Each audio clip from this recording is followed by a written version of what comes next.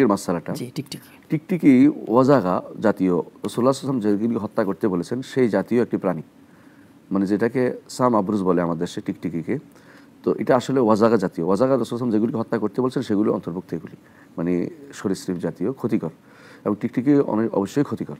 এবং রাসূলুল্লাহ সাল্লাল্লাহু আলাইহি ওয়াসাল্লাম যেগুলিকে মারতে বলেছেন, অনেকে এগুলিকে বা ভিন্ন নাম দেয়, কিন্তু আসলে এই প্রজাতির, একই প্রজাতির। হ্যাঁ প্রজাতির সুতরাং এটা মারলেও আপনি ঠিক ১০০ সওয়াব পাবেন, ১০০ নেকি পাবেন। হ্যাঁ যত মানে প্রথম বাড়িতে মারলে বেশি সওয়াব, যত দেরিতে মারবেন তত কম সওয়াব। হাদিসে আসছে। মানে এগুলো মারার কথাই বলা হয়েছে। তো এগুলি আসলে বলতে পারেন যে আল্লাহ সৃষ্টি করেছেন, আল্লাহ সৃষ্টি করেছেন আবার আমাদেরকে মারতে বলেছেন রসুল। এবার তো আল্লাহ সৃষ্টি করেছেন তার জগতের ভারসাম্য রক্ষার্থে।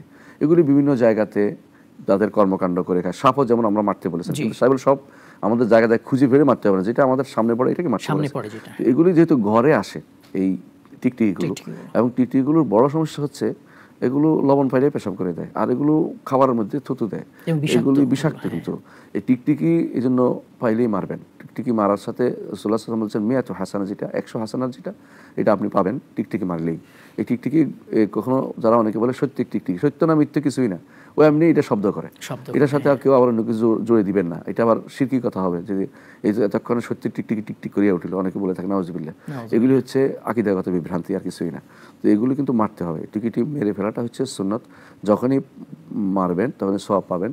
টিকটিকি ক্ষতিকর প্রাণী, এই জাতীয় সরীসৃপ প্রাণীগুলি আমাদের ক্ষতি করে, বিশেষ করে যখন এগুলি ঘরে চলে আসে।